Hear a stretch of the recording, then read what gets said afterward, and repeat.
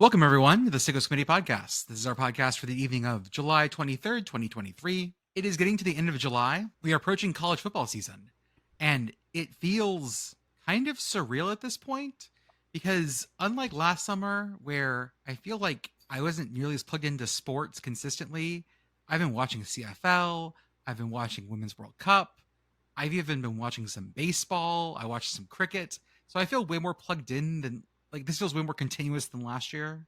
I did watch some Slam Ball. Welcome back, Slam Ball. I was talking to Commish in the chat about Slam Ball last time, and I went, hey, how did everyone not just tear all their ACLs last time? And Commish goes, oh, they did. And I went, oh, they fixed it for now. No, they haven't. We'll see how long this lasts. With me, as always, I have Commish, I have permanent squatters, Beth and PittGirl, and special guest, Dr. Garage. Dr. Garage, how are you, sir? Oh, I'm doing good. I'm hanging by a lake in northern Michigan and doing my best to not think much about present-day Northwestern football as I'm here to talk about a football season 60 years in the past. PittGirl, how are you? I'm good. I did several things this weekend, including took Friday off and did Barbenheimer at the local independent cinema. Had a very good time with that. Both movies are excellent. And the boyfriend and I went to a Texas Hippie Coalition show at a local venue. They are a metal band. Had a good time with that as well. Beth, welcome home. How are you? Country roads took me home to the place I belong. And the cats just use the cat box. And I hate it. So I'm leaving. And Commish? Hanging in there this weekend. I think we've reached 15 days in a row over 100 degrees in San Antonio. We're going for that 1962 record of, I think, 21 days straight of 100 degrees. I think we got a shot. We had some random rain here today for maybe 15 minutes, and the power flickered because it was heavy storms. Apparently, all the fuses in my garage just blew out. So that's not confident. I don't have confidence in that. You have fuses? Again, I went to check the fuse box. I'm like, okay, it didn't blow, but apparently that little thing inside the plug where it has the reset light, it keeps triggering. And I'm like, okay, what is this? So I get on the ladder, unplug the garage door opener, unplug everything in the garage, and it's still going off. And I'm like, there's nothing else plugged in here. What is going on? I am calling an electrician. So basically, my AT&T internet box is in the garage and is hooked up to the, so I didn't have internet. And then I'm like, okay, why do I not have power in the garage? So my Wi-Fi connection right now is via extension cord from the AT&T box out in the garage and plugged into the laundry room, which is right next to the garage, which apparently every other plug works except the garage. So there's an extension cord bringing me into your podcast app right now. You tweeted so hard you broke your electricity. Basically. No, he didn't tweet. He skeeted so hard. Or he X'd so hard. Zeeted. You're practically the same age as me. You know how uncomfortable that phrase is.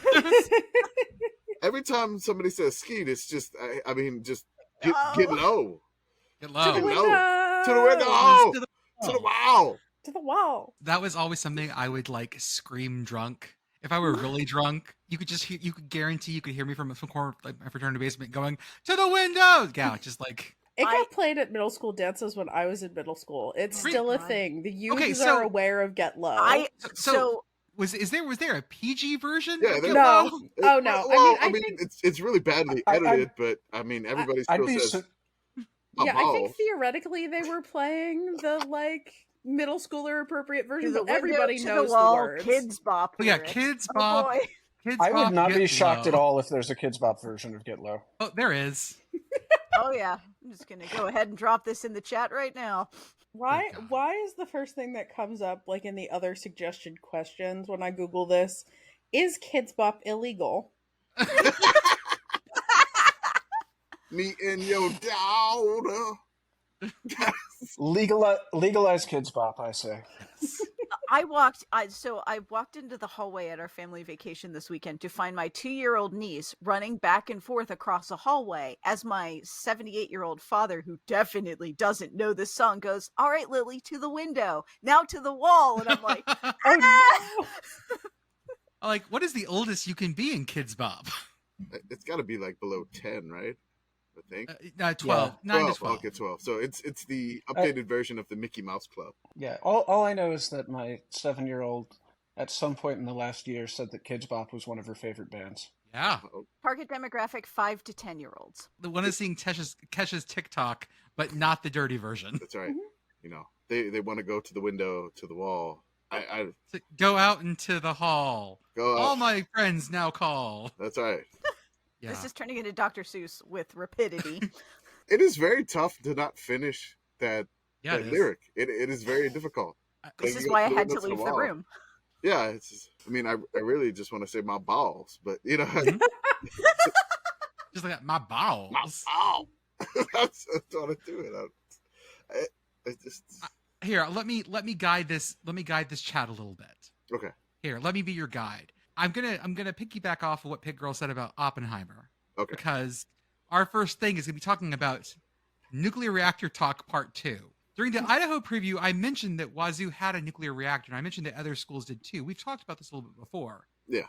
And then Chris Vanini made a comment about what if for history, the world's first nuclear reactor was built under Stagg Field at University of Chicago's football stadium in 42 because Chicago had dropped football in 39. First off, did you guys know this? Was this something that's part of your trivia knowledge? I was aware of this. It also appears in Oppenheimer. Tiny spoiler for those of you who have not seen the movie. Well, he saw the movie and then he referenced this. So Yeah, it was called Chicago Pile 1. It was in a racquetball court actually under the field, under the West Grandstand. And the way they describe building it is always very funny because it was just a pile of graphite with some holes drilled into some of it. They dropped in just slugs of uranium and had control rods that they would lower in with a rope. And to scram it, which means to shut down the nuclear reaction, there was a dude with an axe. And his job was to scram it by cutting the rope and dropping it in. And that's how Chicago Pile 1 started. It only was about a half kilowatt of power. It wasn't very much. And it didn't have any shielding. It was just a pile of graphite and uranium. And so they knew it was kind of dangerous, so they didn't get it going. They actually ended up rebuilding it outside of town. And the real tragedy is that Stagg wanted to run the pile of graphite and uranium offense, but the university shut him down and built this pile instead. You always hear stories about people there being crazy things under football fields or whatever, but literally Chicago's football field had a nuclear reactor underneath it, and that's I think the one that we always reference as something underneath the football field it was probably Tennessee and the morgue underneath Neyland Stadium. Yeah. So yeah, that was when I went there at my only time. It was odd. I'm like, okay, there's a morgue underneath. Is this a joke? Is this the thing that you tell people ask about the basement in the Alamo? Or I mean, is this the local joke? But no. Apparently, there's a morgue underneath Neyland football stadium. So what other? We've got the Eagles that have football jail. Mm-hmm. Oh yeah. Mm-hmm. We've got, is it the Giants or the Jets that have Jimmy Hoffa? It was in the former Giants the old Meadowlands. Okay. The old Meadowlands, yes. What else do we have? I mean, we've got the what's the name of the fault line in the East Bay that runs directly under Cal's stadium? Oh, the San Andreas. Oh yeah, the San Andreas Fault. It's not San Andreas. It's It's one of Hayward, the other ones. Yeah. Hayward Fault. Okay. Hayward Fault, which is an offshoot of the San Andreas that meets back up with it. Yeah.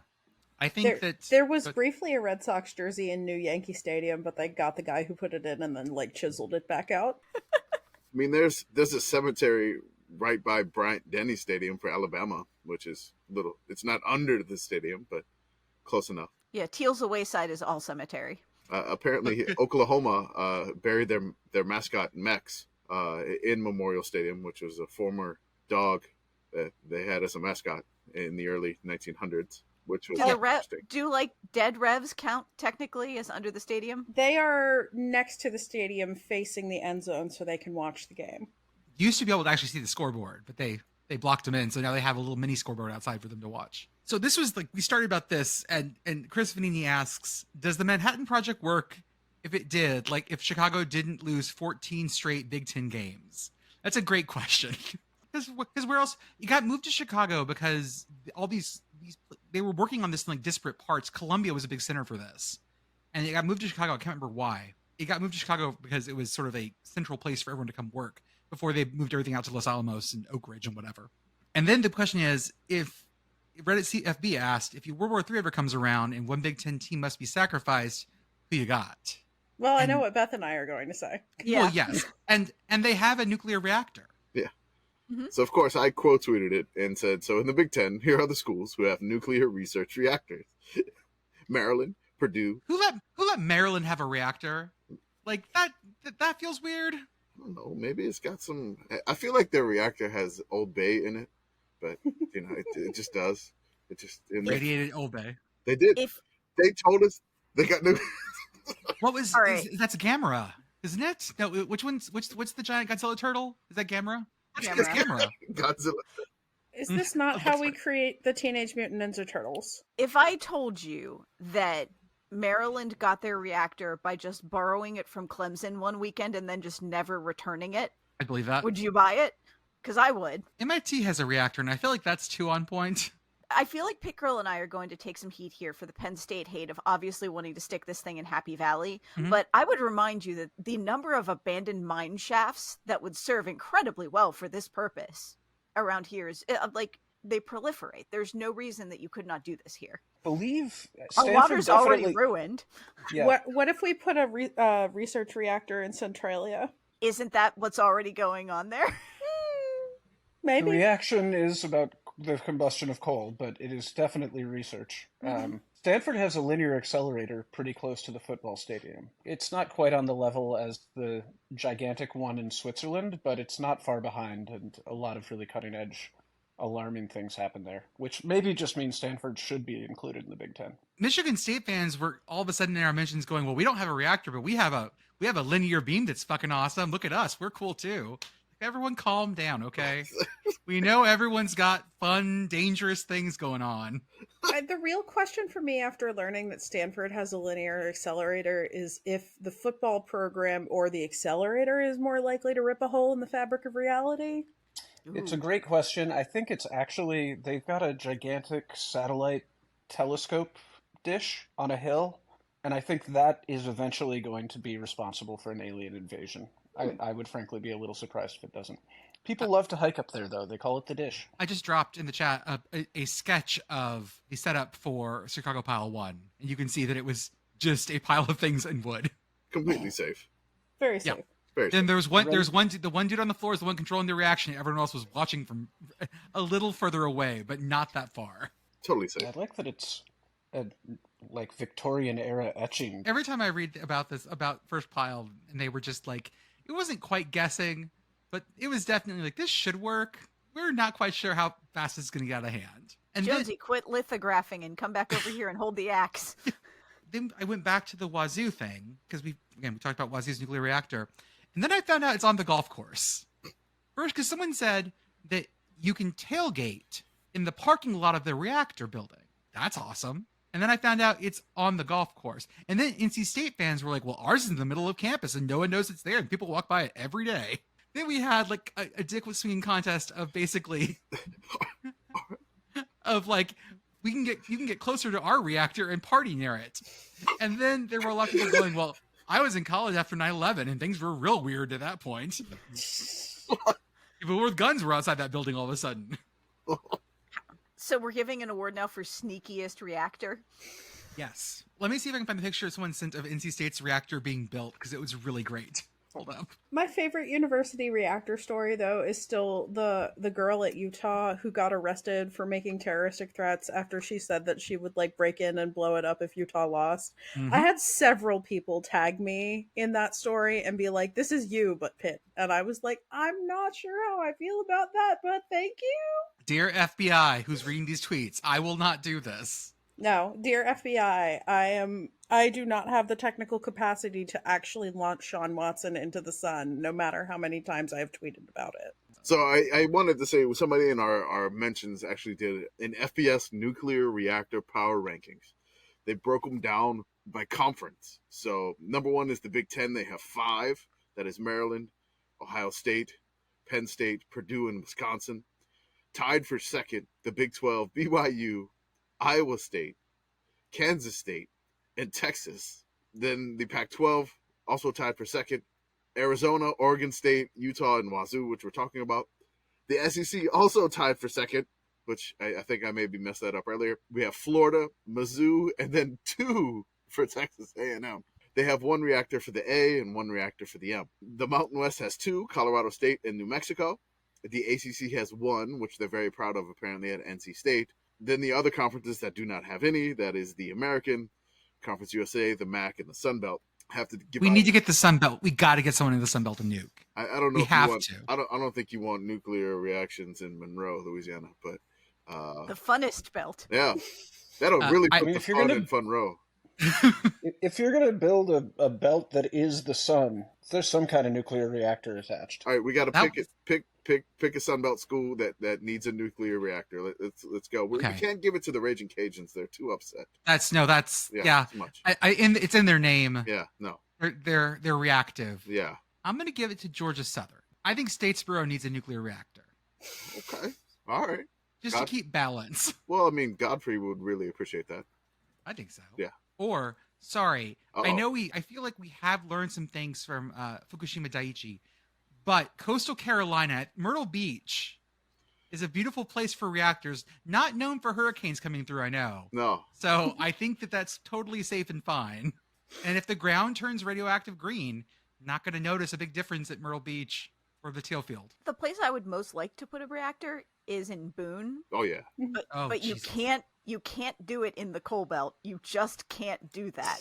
I mean, Marshall with nukes is something to think about, too. I think Beth Oh, is. uh, Beth might be. Okay, if Marshall can't level their goalposts, Oh no.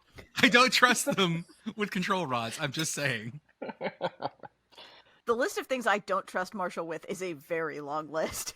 What if we put it at Georgia State just to sort of rub it in at Georgia Tech that they don't have one? How does Georgia Tech not have one? It feels very weird that Georgia Tech doesn't have one. Neither does Georgia. Like, can they be the only school that has one in Georgia? Because that would be great. Yeah. Well, I mean, Georgia one to not having Kennesaw one State. makes sense because Georgia Tech's the engineering school, right? But like Georgia Tech is the engineering school in the ACC, and they don't have one. What were you saying, Dr. Raj? I was just saying give Kennesaw State one. That's great too. Do that. First nuclear plank. It's a control rod. It's not a plank anymore. It's an inanimate control rod. I did drop in the chat the picture of the campus, where it is, and then also what it looked like when it was being built into the ground at NC State. Did they tell people what they were building? Yeah. Or were they just like, here's our new student union. Don't ask questions. The best part is apparently that most of the engineering stuff has moved out from that part of campus. So it's the only engineering building in that part of campus now. The quad's right there. It looks really nice. Yeah, NC State's campus is. I spent a while at NC State's campus when I had a previous job, and the one thing that's the part that I was on was gorgeous, but the thing that was very weird for me as a Pitt alumna is that they have basically 3 separate campuses that are all like half a mile to a mile apart from each other. Okay. So where I was, you would walk past the student union and go to Howling Cow, which I highly recommend. We went twice in a week because the ice cream was so good. The baseball fields and softball fields are like right there, but you have to like drive somewhere else for football. Like it's not close at all. You can't walk there. Very strange. Very nice though. I would go back. Wait, which Reed college is it that has a nuclear reactor? It can't be that Reed, right? Wait, what? It can't be Oh, no. that Reed, right? I know some Reed graduates. They better not. Oh have God, nukes. it is that Reed. How? Holy, Commish, do you know Reed College? No, I'm not aware, and please make College- make myself aware. And I our love Reed listeners that College. unaware of. Same. I love Reed College, They but recruited me. I want you to think of like, well, so their unofficial motto is liberalism, atheism, communism. They're in Portland, Oregon, on the southeast side. that makes a lot. Are you on the website of the Reed Research Reactor? No, I'm not. Right now? Do I need 'Cause to I be? am. Okay. So they give you 2 sentences about the Reed Research Reactor on the main page. Sentence number 1. The Reed Research Reactor has been used for training, research, and educational projects since its establishment in 1968. That is troubling enough. Then there's sentence number 2. Safety, security, and compliance with the U.S. Nuclear Regulatory Commission regulations have been the reactor's highest priority since its inception. It's in 2 sentences like, hey, we've had this forever, and don't worry, guys. I have never been more worried. Good. Look, we have yet to have a meltdown, and all of us were on acid while it was being built. Confirmed. Yeah, Reed actually, they sent me a recruiting letter, not for sports, just for school, and it was a lowercase r made out of the material that Java jackets at coffee shops are. Yep. That kind of nice bubbled corrugated thing. And that's all it was. It just had read.edu on the back. And I very seriously thought about applying and going because they sent me a giant lowercase r. When I was still teaching school, one of my seniors went there, and I have never been prouder of any of my kids in my entire life because she went from Texas to Reed and just is living the best life ever. There I is She still a, get understands she can never come back to Texas. Oh, right? she's tainted. She cannot come back anymore. there is a whole subsection in the Wikipedia page for Reed College that just it is titled, and it's several paragraphs, drug use. Yeah. Oh, yeah.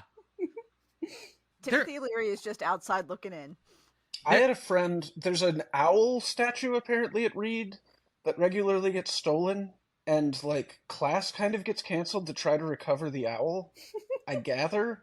I had a friend who stole the owl and hid for weeks. Just didn't go to school for weeks because he was hiding the owl in various locations, and trucks moved him around. I just posted a picture of the owl in the chat. I'm choosing Oh, that's to a believe great that this owl. university is actually just the world's largest and most complex game of capture the flag. Everything I've heard about that is basically that, yeah. And they've got a nuclear reactor. Good for them. Okay, good to know. Learned that today.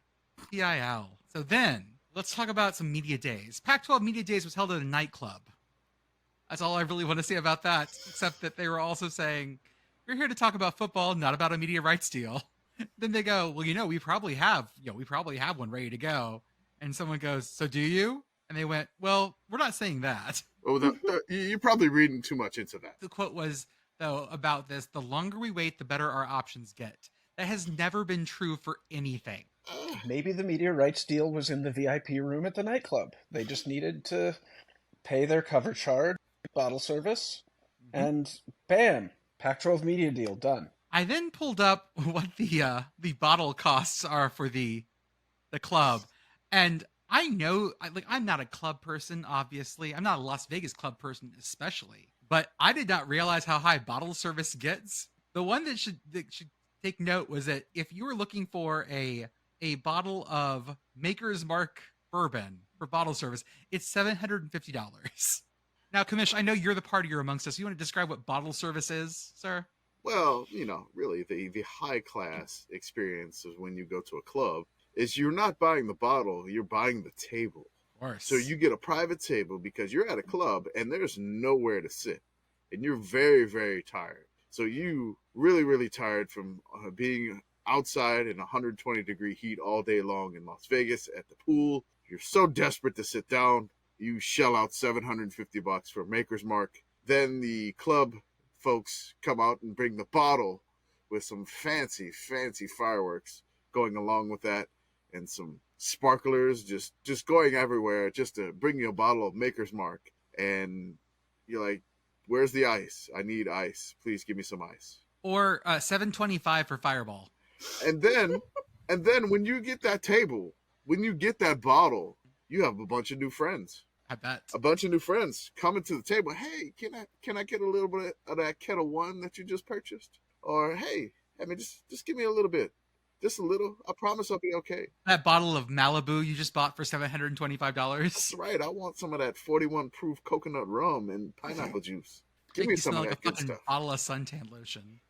You're drinking sunscreen. But, get a Nebuchadnezzar of Ace of Spades. I think Good. that's only $50,000.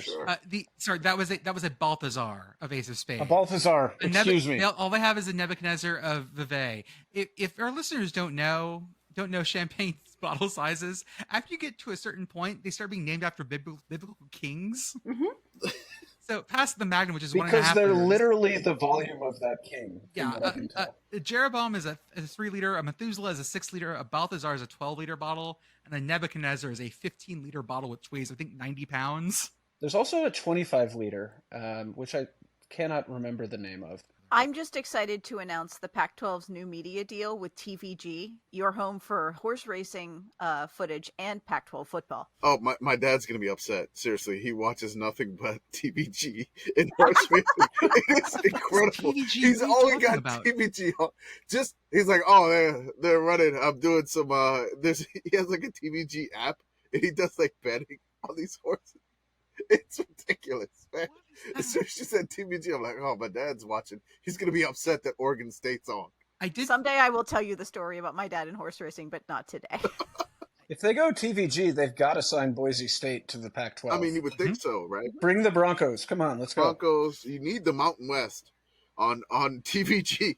You got the Cowboys, the Broncos. I have fallen down a wine bottle size rabbit hole. Okay. The largest one, according to winefolly.com, is 18 liters, and it is called the Solomon.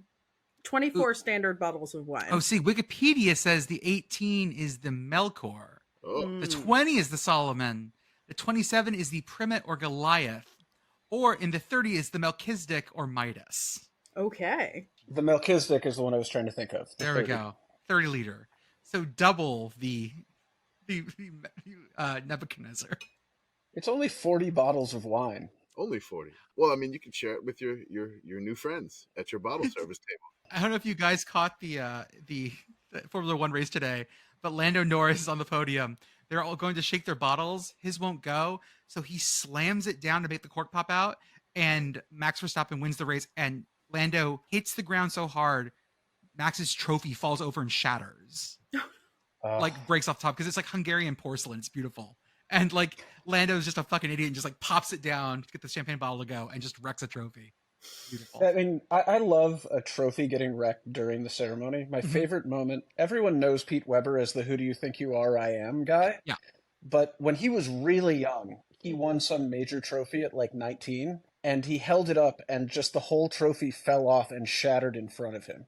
And he's wearing a green jacket. I don't know if it was like the Masters of Bowling or what it was, but it's one of my absolute favorite things. I'll find you the... This is why it's important to weigh your trophies, because once they shatter, we're not sure how much of that is just the dust and detritus from the ground that we swept into the bin. We need accurate measurements now, everyone. So on to SEC Media Days. The best part about this was, in the preseason poll, 5 people picked Vandy to win the SEC. And we got accused of this. That's 5 votes. We have, at best, we have 1. It's funny that they thought we got invited to SEC Media Days. Well, I mean, we did get that sticker snuck in to the sneaker. A sneaker. Oh, God. It was a sneaky sticker. Or a sneaker. The sticker voted. The sticker voted. You know, the funny thing is, I get to claim it in the replies. I'm like, well, you know, we are a committee, so we could have had more votes. And I mean, right now we got 5 on the podcast. So who's to say us 5 didn't do it? I love that Vandy got 8 first place votes to finish in the East, but then those over Georgia, only 5 of them stood to their convictions to say that Vandy would win the SEC. The eventual Vandy Alabama championship game. That's right. Uh-huh. I love that Mississippi State got 1 in the West. And so I'm just imagining this person has Vandy and Mississippi State in the SEC championship game. Atlanta will be packed. I mean, seriously, if that happens, I will have to find a way to get to Atlanta. I can get a nonstop flight here for sure, but I definitely need to get my butt to Atlanta if it's Vandy and Mississippi State in the SEC championship game.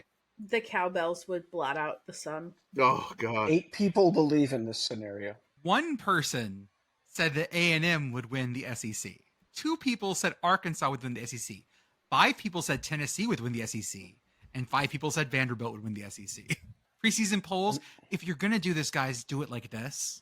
Be funny. Mm-hmm. It's a preseason poll. It doesn't matter. Did they allow write-ins for SEC champ? Like, did anyone vote for Memphis? Or Tulane. Somebody was upset that Georgia Tech. Somebody was upset. Sewannee's coming back. That's Yeah. right. They were like, we need to vote for Sewanee. I'm like, I don't know. The centenary gentlemen are coming back to football, and they're coming to the SEC. The gents. What do they call their women's teams? The ladies? The lady gents. I think. I don't know.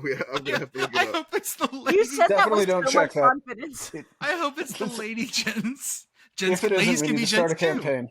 Ladies can be gents too. It's And the then- centenary gentlemen and ladies. So centenary There we go. ladies. Ladies. The lady. Hey, ladies from Shreveport. And then we had our Conference USA preseason media poll.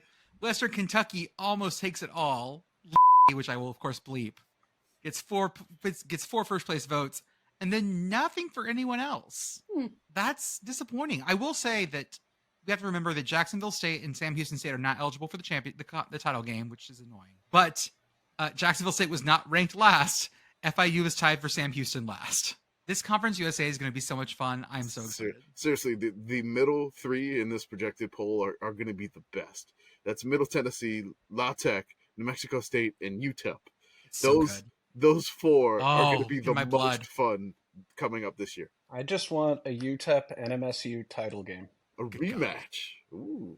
Yeah, let's do it. Okay, so I'm going to have to describe how I got to this thing. Someone tagged us in a tweet, and they showed me a picture of a Texas Tech uniform that I'm going to drop in the chat. And they went, hey, what is the logo in this? I want to see if you guys recognize it.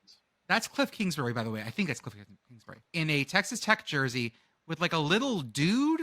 I have never seen this before. It was wasn't it like Pro Player One or something like that? A big time player. Big time player. All right. Oh, I got Big that. time player. The I thought it was maybe that Life is Good, like set of T-shirts that they sell at every resort town. sorry. And, On the and back that's it said Salt Life. And this sent me down a rabbit hole. This is an SB Nation article by Morgan Moriarty, who also pointed out, of course, the Aeropostale Yukon jerseys that are great. Yeah. I did not know that Aeropostale also had made pit gear too for a while. Oh, Not yes. uniforms, but made like, Polos. yeah. They like, made a whole bunch of shit. They like briefly attempted to make the student section the Aero Zone. Yeah, it was not a good time. They also attempted to that was the football student section. They also attempted to kill the nascent Oakland Zoo with some sort of corporate branded Aeropostale student section. That did not go well. And then we had, of course, when New Balance was still more of a big thing. Now they're just Maine, I think. But this is a Central Michigan New Balance jersey, which isn't the worst. But then it got me to something that I completely forgot about, something called Apex One. Oh yeah. And Apex One's uniform choices were just amazing. I'm going to drop them in the chat as I go. I'd forget. Ooh. This is like pre when I was conscious What the fuck is that? of like college football, really. No ghosts. That's not how you do pasties. Dude, I love. Oh my God. The Yeah, that Arkansas is not one. where the pasties go. I got a Hawkeyes one. I like those. Then I got a Wisconsin one too. I had forgotten also they were responsible for some really bad Cowboys uniforms as well. But they just loved these.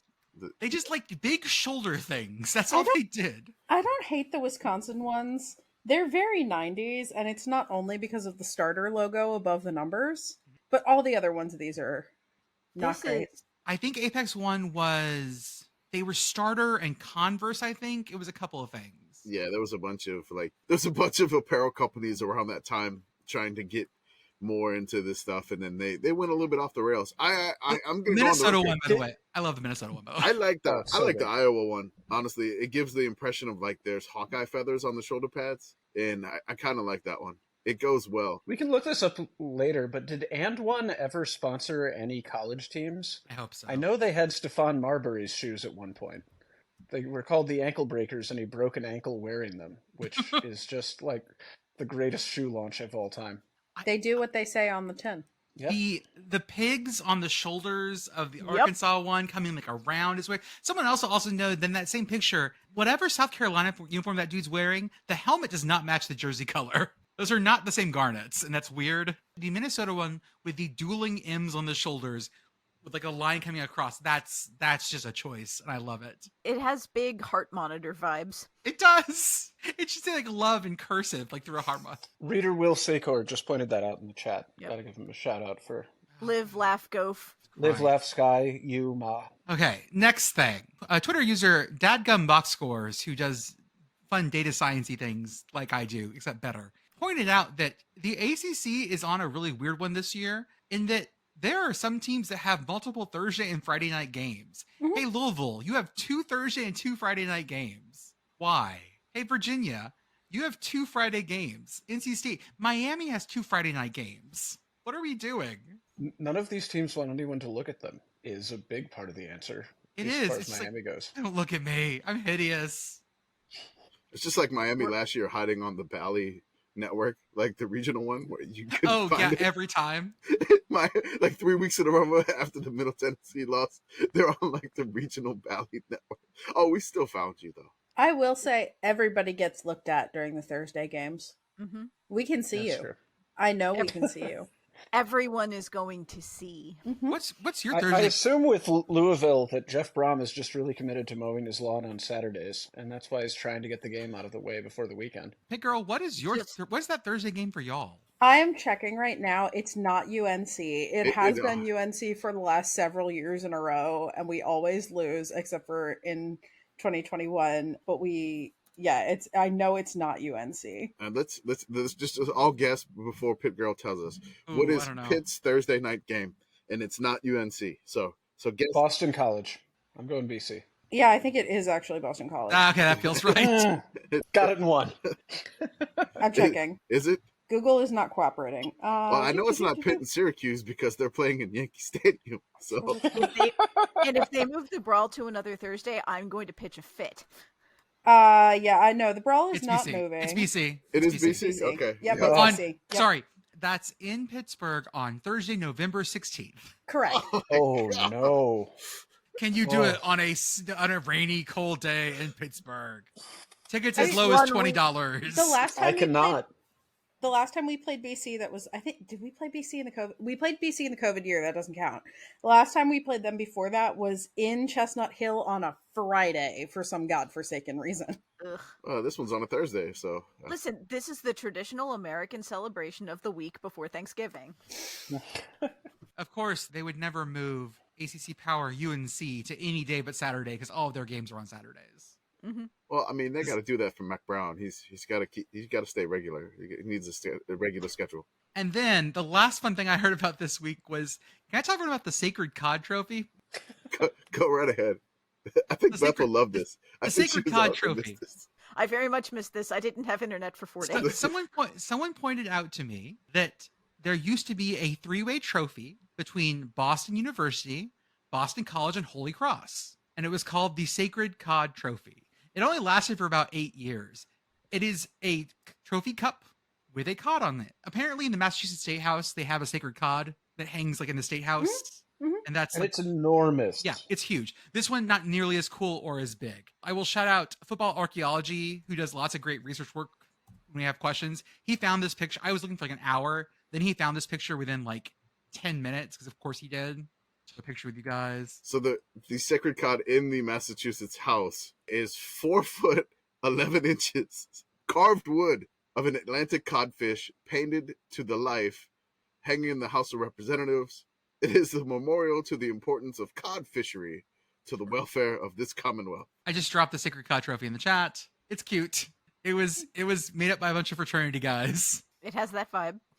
But There yeah, is some this- intense 5 o'clock shadow among the trio holding the sacred cod Wait, trophy oh in that God. photo. There's some people that have actually stolen the sacred cod from the Massachusetts house. yeah, it's been stolen several times. In 1933, the sacred cod was briefly codnapped, oh Wikipedia, by the editors of the Harvard Lampoon, prompting police to drag the Charles River and a search airplane landing in New Jersey tonight for this cod.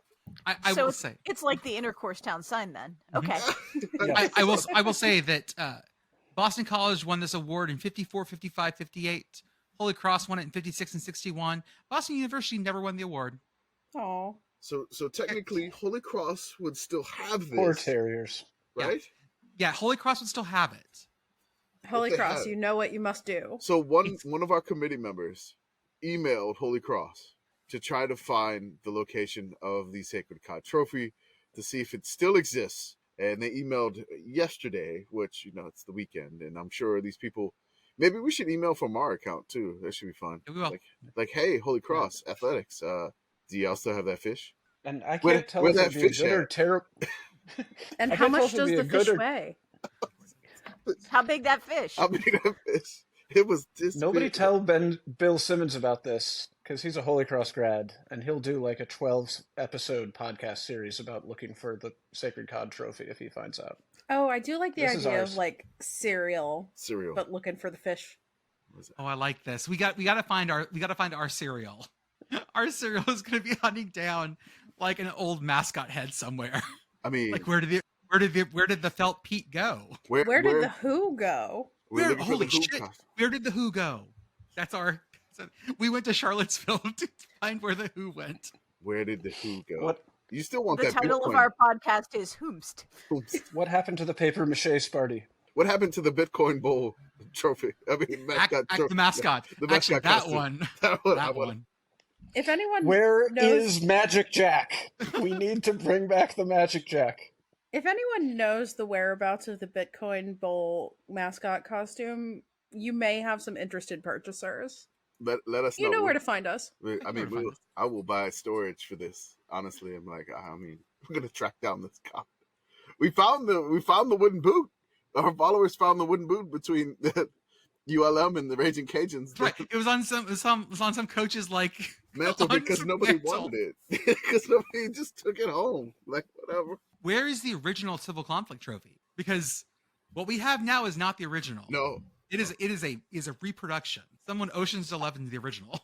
I will just say there is a very handsome former UConn coach who is the top of my suspects list, even though technically UCF won the last game that had the trophy. But one Robert Diaco is suspect number one so far as I'm concerned. I think we need to just start conspiracy theories about, like, listen, they're swapping stuff on the land grant trophy all the time. Oh yeah. That's not Like, the original little We know that's not the original land grant trophy. Like, Well, this is the trophy of Theseus. Yep, land grant trophy of Theseus. It's not the And they're just- original Penn State Nittany Lion knick-knack. And sometimes they'll just paste on pieces from the board game Mousetrap to see if anyone noticed. We noticed. Yeah. We saw it. Yeah, we noticed. We saw the man in the pan. Come on. tonight on Sicko's Committee Unsolved Mysteries. Here comes the net.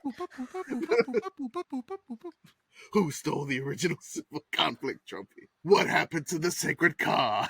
We want to plug a few things. Join the Sickos Committee Patreon Discord. Now on the Patreon, we have special podcasts, including episode 1 of Commish's Corner is up. He talked about 1988 Iowa and their 3-tie season, which was an absolute wonderful mess. Came into the season thinking they were going to win the Big Ten and end up 6-4-3. There was one thing I want to add to that too. Somebody said that Mike Francesa of, New York media, the Yes Network, he picked Iowa to win the national title that year. Swing and a miss. Yeah. Back after this. We are also going to have some other stuff coming on there soon. If you are a part of the Patreon and you want to listen to these things not in Patreon app, you can basically add the RSS feed to your podcast app of choice that's not Spotify. If you need help doing that, send us a message or the instructions are there, so it's easy to find. Next up, we have the Sickos Committee merch store, sickos-committee.sellfy.store.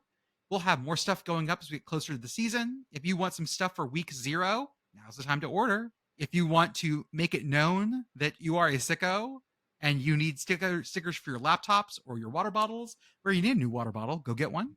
Then we have the Message Board Geniuses podcast. They go to those places that we refuse to go. Let me go find a fun Message Board Geniuses post to talk about right now. I think you posted what? one in the earlier. Was it the one about not the crazy golf guy trying night vision goggles? It was the Wi-Fi connectivity that UCF was going to brag. Oh, about. yes. UCF is bragging about their awesome Wi-Fi connectivity now. So there you go. Man, it really is a school for future Hilton night managers. It is. I'm not going to double back on the night vision golf story. I just want to say that I love that dude's idea. The most dad. The most. Mm-hmm. Yeah. Way too much. Wife signed off. Sure, God she hey, did. damn peace Sure. and quiet. Fucking I sure she guarantee you did. the wife was like, sure, honey, just so he would shut up He was about just like, it. he was probably like, yeah, if you want to try to play golf more at different, yeah, he probably got permission, but not for this explicit thing. I'll just say that. Oh, there's no way that night vision goggles came up in the No. No The way. way Would it that be incredibly unethical? Like, I know it's unethical, but would it be incredibly unethical? you know how this is. She's like, they're sitting around the dinner table. She's trying to have a conversation, and out of nowhere, he's like, I feel like it could work. And then he goes back to his mashed potatoes. Repeat that for about a month, and finally she's like, yep, you know what? I think it's a great idea. Go for it. I just want to be done with this. Sculpting night vision goggles out of his mashed potatoes. Two little bumps. You're making boobs again? No, it's night vision goggles, honey. Then we have the transfer portal and no conducts football season preview for 2023. If you missed the sale, they had it for $5 for a while, for 5 hours. But now it's back up to 10 again. They'll probably have another sale, but don't wait, because it gives you previews of every FBS team, including interviews with players, including lots of great G5 coverage, the stuff that most of the big places aren't going to cover. So if you need a preview for the year, this is the place to go. The cost too, if it's only $9.99, right? It comes out to about 3 cents a page. So just think of that value. Also, you get 4 pages from us, so we're worth at least 12 cents. Yeah, at least. In that preview. I just like thinking about books in terms of cost per page.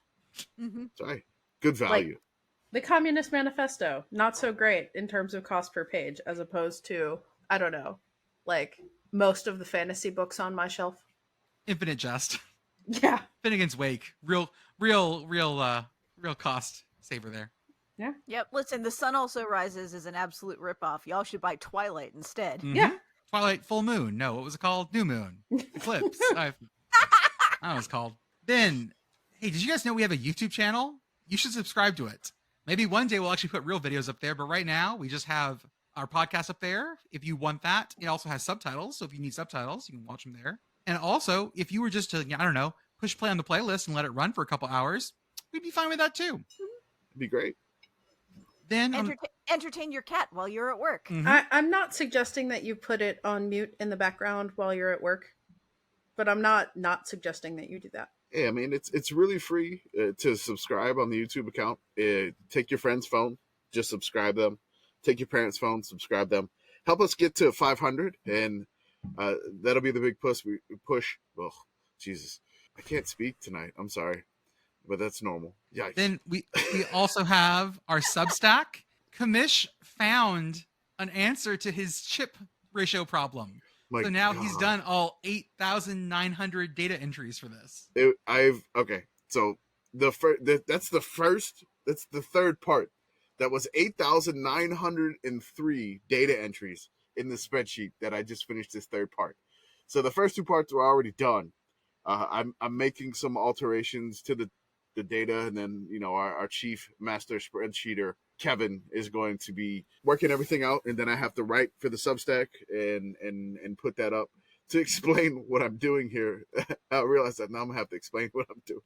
So I'm like, oh great.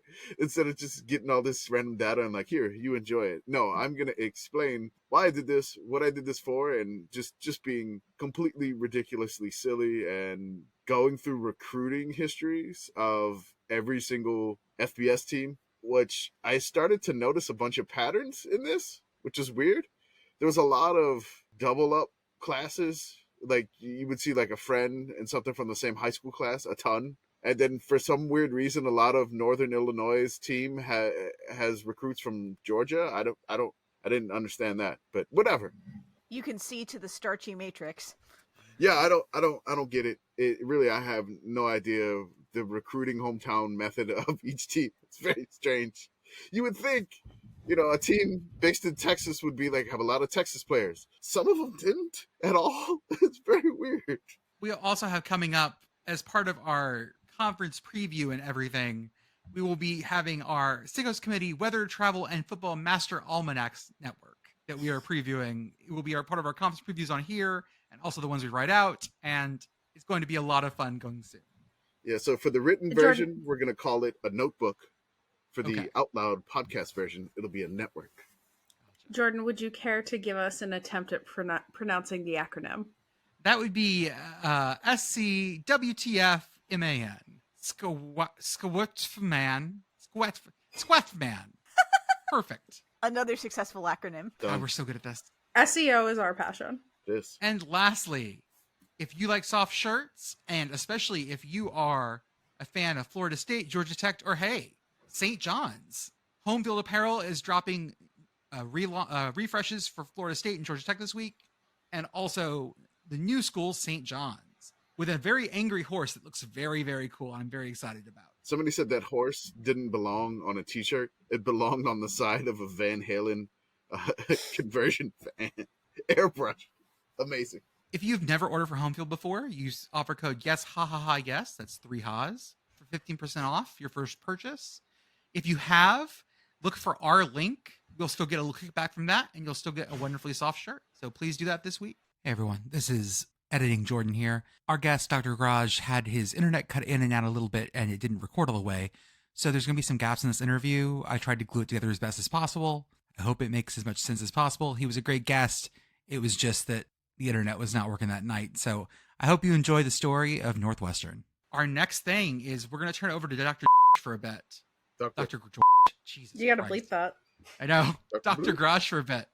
And he's going to tell us a little bit about, one, the current state of the Northwestern mess, and two, our best season of all time for teams who are below 500 all time, the SOTWAP 500 at the Northwestern Wildcats. Dr. Garage, take it away, sir. Thank you so much, Jordan, committee.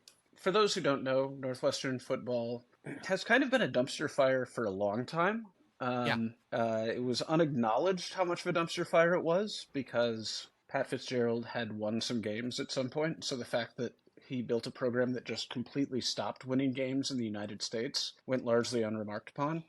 We do need to say that you did come on here, I think on our second or third episode of this podcast, and said that Northwestern would only win one game last year. And I think we laughed at you and said you were just being negative, and I was very wrong about that, and I apologize for that. Yeah, and that was after they had already won the game in Ireland. That was the one that they beat no. Nebraska, and he was like, no, I swear. He was like, I don't think they're going to win another game. And then I started to go over the schedule. I was like, okay, if they lose to Southern Illinois, the Salukis, and Miami, Ohio, this is a good shot that they have there. So he called his shot there. He said, Pat Fitzgerald at the time only really liked to play for trophies. And that was his trophy game theory. That's why he likes bowl games and just for a trophy. And so he won that trophy. And he did, which was a Waterford Crystal football helmet, which he wore. Yes. And that was the last game he ever won as coach of Northwestern. They went 0-11 in the United States last year after defeating Scott Frost's woeful Nebraska Cornhuskers. And Fitz was rightfully fired. I don't even know how many days it's been now. Almost 2 weeks, I think. For allowing hazing to go on in his program for his entire tenure and possibly dating back a long time. And for those who don't know, I went to Northwestern. I am an actual Medill grad. Oh, Trademark. oh. I, along with Roger Sherman, were pretty much the only Medill grads who actually went to Medill. And Fitz got brought down by other Medill students at the journalism school because Northwestern apparently thought they could bury a hazing scandal at the best journalism school in the country. And in fact, it was about 18 hours from the time they tried to allow Fitz to skate on a 2-week scandal, a 2-week suspension over this really disturbing and alarming hazing situation, which I won't go into great detail, other than to note that it festered for a long time. As a Northwestern fan who was very dismayed by the state of the football team and the athletic department, I will just say that I'm proud that the students picked up that thing, fixed it, and that the fans were largely very glad to see him gone. But that program remains a dumpster fire. There's an interim coach who was hired as DC in January, and we'll see what happens. Maybe it'll get better. But a jumping off point I wanted to go with was there's been this idea in a lot of the analysis and look back on Pat Fitzgerald being ejected from Northwestern and the best coach. This has been said over and over again, including by a lot of people I respect, and it might be true. Fitz has more career wins than anyone in Northwestern history as a head coach. His win percentage is nowhere near the best, which should be acknowledged. And there is no argument that any of his seasons were the best in Northwestern history. And so there's been this idea that if Northwestern isn't careful, the bottom might fall out and they might get really stinky. And first of all, there's nowhere really you can fall from 1-11. Like 0-12 is worse, but not by a lot. Yeah, we're picking nits at that point. But also, no school is more familiar with the bottom falling out than Northwestern. And that is really where we jump off here. So as we transition into talking about the best Northwestern season, this is a graphic from CFB on Fox, which was shouting out every program that has ever held the number one spot in AP history. I would like all of you to take a look and call out who is most surprising that they have ever been number one in the AP poll. Why is Northwestern on there? So that's the question that I had, which led me to do some investigating. What the hell? And I will explain more in just a second. There's some other bizarre names on that list. Purdue being on here is weird. Syracuse being on here is weird. Virginia? Yeah. BC was good back in ancient. Is that C Colgate? Okay. What? Or is it might be Cornell? Cornell. Cornell. All right. Where am I looking? Hold up. Where am I looking? I don't see it. Still weird. Next to Very Mississippi weird. State. Next to Missouri and Mississippi State. The bottom right hand side. I think that's Cornell. Cornell. Okay. Maryland's also been one? Apparently, Okay. probably when Bear Bryant was there. A lot of teams that you would not expect have been ranked number one, and Northwestern is top of that list. 26, they went 7-1 under Glenn Thistlethwaite. They had a really good run under someone named Dick Hanley. These are all great 1930 names. and 30. Happy. Went 7-1, and honestly, 36 is the only other contender besides the year that I chose that I think could be the best season in Northwestern history. Okay, in 1903, Northwestern played high schools. Correct. Yes, they did. College football Sure. is a land of contrasts. But 36 was the first ever AP poll. Minnesota was either the 2 or even 3-time defending national champion, and Northwestern beat them. And they were ranked number one in the very first AP poll, which held for exactly 1 week when they lost to Notre Dame. And they wound up that year number 7. The season I'm going to point to was not a championship year. And so he came in the 50s. Let me get the exact year, I believe. Repeat his name again for me because you cut out for that. Probably the only other candidate besides Fitz for best coach in Northwestern history. He finished his career there at 1 game over 500. He went 36-35. I love his start. Like he started 4-4-1, and then the next year he was 0-9. Yep. And then And back up to 5-4. Oh God. yeah, he just kept grinding. And Ara, he was known as an innovator in the passing game. He really thought that football could advance. And the early 60s were a very strange time in the Big Ten. Michigan was terrible in that era. I believe one of Michigan's worst records ever was in 1962. Innovative pass attack under Parsegian, and their quarterback was Tom Myers, who Northwestern, from what I can tell, tried to have a bit of a Heisman campaign for. Okay. And he had a huge breakout year in 62. He was a Detmer powerhouse. He just needed one fewer pick or one touchdown to really take it over the top. But he was a something's going to happen when he throws the ball downfield kind of guy. So they opened by bringing South Carolina to Evanston. Sure. Yeah, and I have no idea if South Carolina was good or not that year. Probably pretty bad. Yeah, they went 4-5-1. But Northwestern beat them soundly, and then they hosted arch rival Illinois in week 2 and beat them 45-0. Nice. And then week 2 game? Yes. That's weird. It's very odd. Oh. They followed that up by going to Minneapolis, where they beat. Again, the Big Ten was very odd. Minnesota was a perennial power, and they upset Minnesota in Minneapolis, and that was a huge deal. They beat them 34-22, and they were immediately ranked number 8 after beating Minnesota. They were unranked until then. That's a big jump. So they were 3-0, and they went at Ohio State, who was ranked number 6 at that point. And Ohio State was preseason number 1 overall.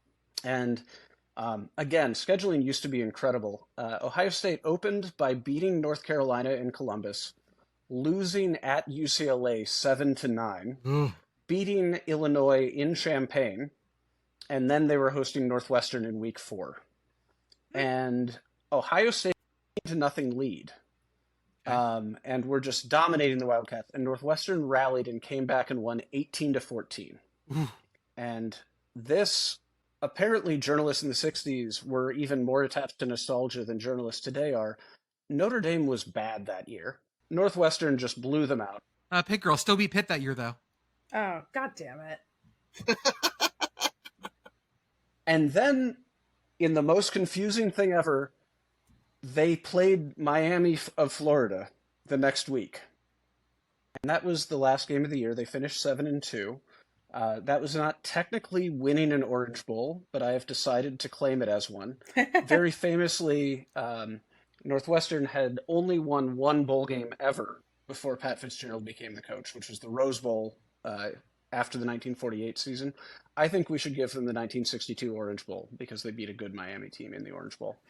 But even though they went 7-2 and they beat Minnesota, in the final polls, they only did an AP top 10, and Minnesota snuck back in at number 10, and Northwestern finished unranked. Parsegian, who had put together, again, a great team, beat real powers, Ohio State, Illinois, Notre Dame, but complained that he just didn't have the depth because there wasn't enough investment in the program. He had 1 year left on his contract, and rather than extend him, Northwestern got really mad that he complained that they weren't giving him enough resources, and basically made it clear they weren't going to extend him. And so he had what is arguably the best season in program history, one of 2 times they've ever been ranked number 1 overall. They went 5-4 in 63, and they let him walk. And he went to Notre Dame, and he won at least 2 national championships at Notre Dame, and was amazing regardless. And Northwestern became the worst team in all of college football for an extremely long time, including a stretch in which they lost 34 games in a row. Not just conference games, all games. Oof. Ugh. And the lessons that I take from this are, number 1, it turns out anyone can be number 1. They just have to get the right series of games going. And number 2, anyone can make Northwestern great or terrible. Any coach hire could work or could be a disaster. Every college football program is more than any individual coach. We may be looking at another several decades of wilderness as they did after our Parsegian left for Notre Dame. Northwestern still did the right thing and fired Fitz. And those are the 1962 Wildcats. I thought you were talking about going with the 1948 Northwestern Wildcats. There was I was doing a little research on that because you mentioned that earlier, and then you're like, no, I'm going with 62. So I had a little bit of info on the 48 Wildcats. You mentioned that they won their only Rose Bowl. They've only been to 2, and they won their only Rose Bowl in 1948. They beat number 5 Cal, and they finished 8-2 that year. The fun thing about that one is that they lost to Michigan, so they didn't win the Big Ten. But there was a weird thing in that the Big Ten would not allow you to go to the Rose Bowl more than once every 3 years. Yeah, like 2 years in a row or something. Yeah. So that's how Northwestern got their bid, and that's how they won their only Rose Bowl. Also, I think they had a coach by the name of Lewis Henry Lou Saban in 1955. No relation How to do they all have Nick such Saban. great names? He had 1 year. 1 year. Lou Saban got 1 year at Northwestern. And he was 0-8-1. Yep. Who did they tie? Hold on. Well, I mean, the big thing with Northwestern is it's always up for debate who the worst coach ever was. They tied Illinois There's at the last game of the season. They tied Illinois 7-7. oh, that's perfect. The land of Lincoln Trophy gets cut in half. 31-1, which is just a fever dream. Wait, Like, how do you pull that off? hold on. How do you get left around long enough to do that? I mean, the thing is, like, you Better just question, lose. why didn't you give him 2 more games so he could be a palindrome? It's true. You know, he easily could have gone 133-1. That's a really good question, Beth. I won't lie. I'm going through the scroll, which, as everyone knows, is Northwestern's yearbook. And trying to find any information about that a football team exists at Northwestern in this yearbook is basically impossible. After going through all these yearbooks and finding like multi-page spreads with game-by-game information, you would not know that the football team existed at this school. Oh my God, that's why I know The Rick Medill Venturi. grad's falling down on the job. Let me tell you. Rick Venturi was an interim coach of the Saints in 1996. Oh God. Hold on. Is that when we fired Jim Mora? Yeah, we fired Jim Mora, the original Jim Mora. The elder. Yep. Jim Mora Sr. They fired him. Let's see, at the time they fired him, the Saints were 2-6. Venturi took over and they finished 1-7. So channeled a little Northwestern there for the Saints. It's in the wall. He had a way better win-loss record for the Saints than he did for Northwestern somehow. There are many coaches who have better win-loss percentages than Pat Fitzgerald. My favorite that has a better win-loss percentage than him is from 1882 to 1890. Northwestern had no coach. No coach is better than Coach Fitzgerald, apparently. My apologies. I am in the wrong Northwestern. This is Northwestern College.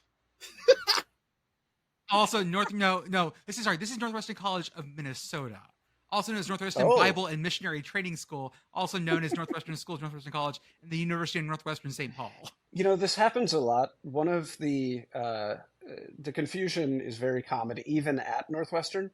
I remember in, I forget if it was my sophomore or junior year of college, Northwestern basketball was actually kind of solid, and there was like brief hope they might make the NCAA tournament. And they didn't even make the NIT, which was really a scandal. They should have made the NIT, but they didn't. And they very much didn't make the NCAA tournament.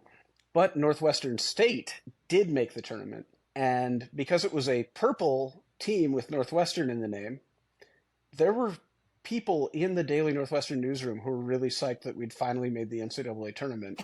Oh. And I had to explain, no, this is a team in Natchitoches, Louisiana. So this This really, is how we all thought that Coach O was the going to Coach O Northwestern. confusion. Same deal. That's it. It's just the opposite way. So, and then they're both purple and white. There's a little bit of orange in Natchitoches. Does Northwestern not have a yearbook? Northwestern State? No, Oh, Northwestern University does have a yearbook, which I only know because when I worked at the Daily Northwestern, Andrew Bird was playing a show in town, and his press people didn't send a photo, and I was the entertainment editor. And I found his picture in the Northwestern yearbook, and I scanned it and used his yearbook photo with the article we published in the entertainment magazine. I'm going to complain to you then, sir, that the Daily Northwestern is not available online for free for non-Northwestern students. Liberate the data. It's under. You have to have an alumni account. Do we have to FOIA the yearbook? For the archives. Well, we can't honestly, shit. Northwestern's a private university. Oh, that's right. Damn it. Rude. There you go. Oh, here we go. No, there's. Oh, okay. I found a great picture of Coach Parsegian. Say it again. His name? Era Parsegian, I believe. Parsegian, yes. A good Armenian name. I just dropped a picture of him. He's super happy. Yeah, there's a really good article on Inside NU, which I'll drop into the chat, that was about Parsegian's forgotten importance at Northwestern after he died, because he passed in 2017, and he came back to Northwestern to be honored a few times. Him in a lot of like Notre Dame stuff, but not a lot of stuff from his time at Northwestern. He's the one that got away for Northwestern football. He actually, after he retired from Notre Dame, said he wanted to spend the rest of his career in Evanston. And instead they let go the best, quite inarguably the best coach who ever went there. And we know how good he was because of what he managed to do at Notre Dame, which sucked until he went back there. They had a real lull in the 60s, and he completely revived them as a program. Starting in 1964. After doing this bit for as long as we've been doing it at this point, we've come across several themes, and one of them is amazing coach at small school has great year, and they managed to run him off somehow. This was Mississippi State. This was a couple others too. Mm-hmm. Yeah, it's just astonishing. It's never like he got offered a better job and left on purpose. It's always like, for some reason, they did not at all appreciate what they had. I won't go into all of my negative opinions about Pat Fitzgerald, even unrelated to the hazing issues, but the idea that he was the best Northwestern could do was clearly laughable. Yeah, really. A couple more pictures I'm dropping in the chat from this alumni magazine I found. I mean, the theme is just like they have it good, and then they, I love the uppity like administrator is like, I don't like this guy getting all this shine now here. And like, the Wazoo person runs off, Lone Star Dietz. Yeah. The athletic director runs off. It just basically he stops coaching after what they did to him at Mississippi State, which is crazy. It's nuts that happens, but again, that's why we tell you celebrate everything, because you don't know how good this is going to last, and whether it's Northwestern, whether it's another school or anything, whether like it's that. Alabama, like people get so, I think people get so like tunnel visioned that yes, Alabama's been good for a long time, but man, ask any Alabama fan like my age, like there were bad times before Nicholas J. Saban. Oh yeah, no, I remember as the young person on the pod, I remember the Fear the Thumb era. It's really not that long ago. And that's the thing about the sport. It can change on a dime. No one is good forever. This is why memento mori exists, okay? In the Roman Triumph, when you go along, you have someone whispering memento mori in your ear, because it's not always going to be like this. Someday this will die, and someday it will all be gone. Yeah. And you have to, and not even like on a metaphysical sense. It's no one is more than a couple of bad seasons away from their program. Just like college programs are beautiful. Yeah. Good. Remember that you are mortal. Yes. Fucking, but Nick Saban has a room with a skull in it that he looks at and just keeps like whispering it. Because I forget who said it, but Nick Saban, the idea is that he still works on the idea that if he fails at this job, he's going to have to go get a job at a gas station.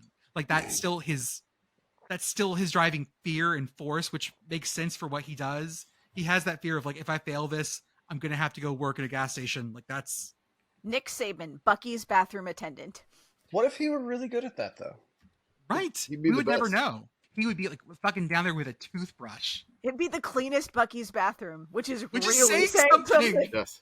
I would go to that Bucky's. There is no question. I would go to that Bucky's. You should go to any Bucky's. It's an experience. Mm-hmm. What is Nick Saban's middle name? Oh, it's Lou. Sorry, I got it wrong. I said Nicholas J. Saban. Yeah, Nicky Lou. Nicky Lou Saban. Named after the unrelated coach who got Northwestern in 08-1 season. Good old Lou Saban. It has to be such an unsatisfying season. Like you in your last game is a tie in a rivalry game. Oh. It's like we couldn't even lose. We didn't even win. Well, I mean, not to get too into Northwestern's worst period. Yeah. But it is worth remembering that big accomplishment that got Dennis Green Big Ten Coach of the Year in a season in which Northwestern went 3-8. Yeah. Was that they got a road win for the first time in 13 years. Jesus. Oh and in that span, they had one road tie, which was the only tie that Rick Venturi pulled off. Like, that was arguably the most impressive thing he did, was a road tie at Illinois. Oh my God, that's bleak. Alongside his 31 losses and his one pathetic win. I'm just stare into the void. A level of bleakness that exceeds the Pirates. So you want to know who the team that he beat on the road in 1982? What's that? Michigan State. The Spartans. The Spartans. Good God. How do you even keep showing up? I mean, they didn't. Is the answer. Like nobody went to Northwestern games in 1979, except like a few very sarcastic undergrads who were wearing brown paper bags on their head. Proto-sickos. I mean, And they were. And the band. The band had to show up. Num had to go. The NU marching band had to go. But when Green, I don't even know which one it was, but they got a win in 1982, I believe. Maybe it was 81. But they ripped down the posts and threw them in Lake Michigan. I remember this story. 82. It had to be 82 because there was no wins in 81 or 80. Okay, yeah, it would have been 82. Yeah. And the thing about that is you might assume, because Northwestern is on Lake Michigan, that the stadium is like right at the lake. And you'll see photos that make it seem that way. That's the practice facility. The stadium is 1.5 miles from the lake. And so they marched 1.5 miles to Lake Michigan carrying goalposts. And, you know, honestly, I don't know if there's a fandom I support more than being willing to carry goalposts 1.5 miles to fling them into a large freshwater body. The goalposts yearn for the body of water. Yeah, return them back. Yep. I found it. The Sports Illustrated vault. One in a row, students chanted.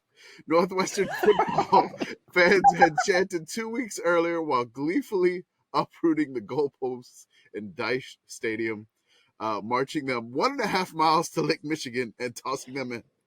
Their Wildcats, the athletic Jetsam of the Big Ten, had just ended the longest losing streak in NCAA history at 34 games with a 31-6 defeat of Northern Illinois. Suck it, Huskies. Okay, folks, I think that's all we got for tonight. I can't deal with anything sadder, guys. I have to look at my son tomorrow and tell him they're still good in this world. Listen to Sickos Committee. Eat No, Arby's. honestly, I have to speak up. There's nothing more optimistic than chanting one in a row. That is true, because that finds happiness in the moment and the possibility for two. That's right. Right. And that's what they call Eat, the drink, winning and be streak. merry. For tomorrow, we lose 31 in a row. Memento mori, one in a row. One in a row. One in a row. One in a row.